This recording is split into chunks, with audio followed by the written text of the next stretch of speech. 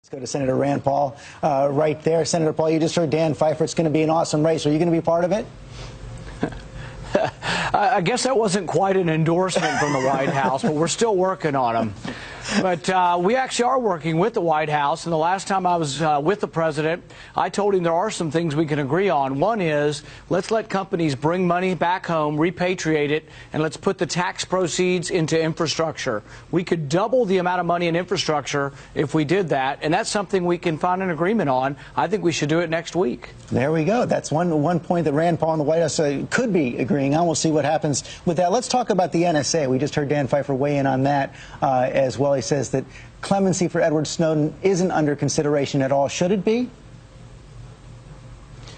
You know, I don't know the facts enough to know, because I don't know whether any information's been distributed to foreign powers, and that would be a great deal of concern.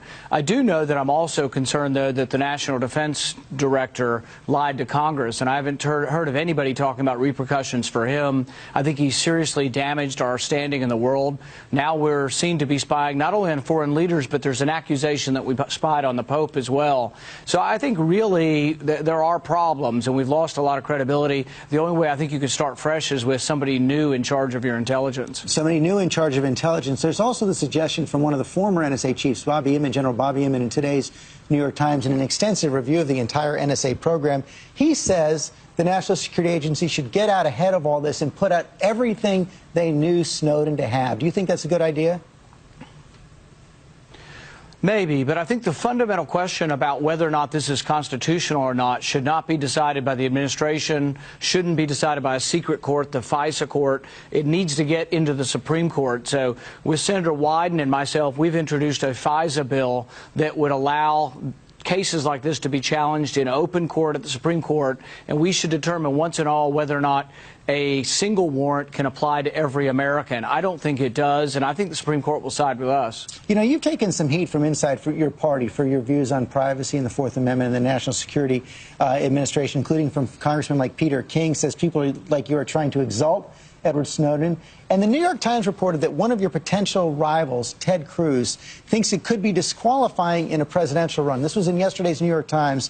It says that when Mr. Cruz went to New York City to meet with donors this summer, he told them the Kentucky senator, that's you, Rand Paul, can never be elected president because he can never fully detach himself from the strident libertarianism of his father, former Representative Ron Paul of Texas. How do you respond to that?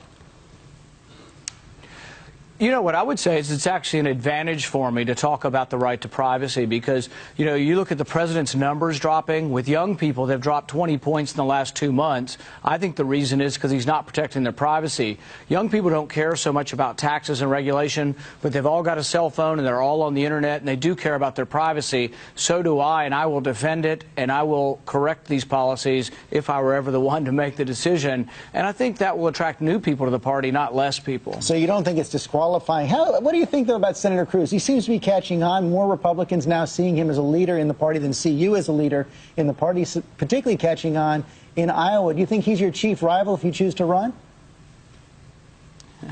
I think we're a long way away from that. I haven't even convinced my wife yet whether I should do this, so we're a ways away from making a decision. So, but no, Ted and I are friends, and he's a limited government conservative. We don't always agree on everything, but we agree on a lot of things. So I won't be coming on television to try to disparage him, whether we're ever rivals or not. You heard Dan Pfeiffer there say that he is confident that the website problems are going to be fixed by the end of November. And one of the success stories, it appears, so far is in your own state, the Kentucky website seems to be doing pretty well. 26,000 Kentuckians have signed up for the exchange. What do you make of that fact that so many Kentuckians are signing up?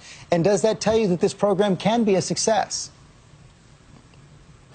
Well, nearly 90% of them are signing up for Medicaid, free health insurance from the government. My concern is not that we shouldn't help people. I do want to help these people to get insurance, but there is going to be a cost. And in my state, we have a lot of rural hospitals that teeter in the balance.